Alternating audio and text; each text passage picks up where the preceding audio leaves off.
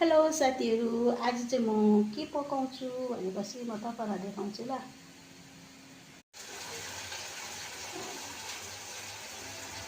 चियापत्तीको फुल हो साथीहरू, यसैको सब्जी बनाउँछु। यहाँनिर चाहिँ मैले टमाटर प्याज त फुटिसकेँ टमाटर भर्खर लगाएको साथीहरू। अब चाहिँ म तपाईँलाई पकाएर देखाउँछु साथीहरू ल। चाहिँ साथीहरू मेरो चियापत्तीको फुल अलरेडी पाकिसक्यो, हेर्नुहोस्। चाहिँ चियापत्तीको फुल हो साथीहरू।